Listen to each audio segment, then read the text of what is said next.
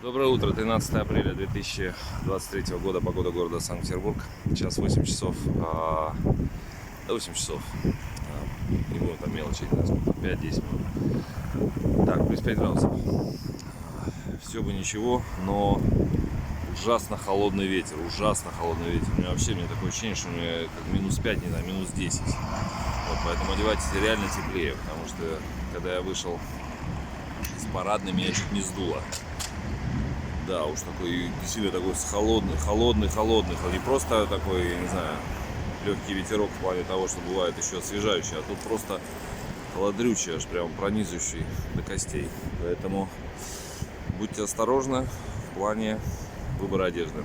Лучше потеплее сегодня.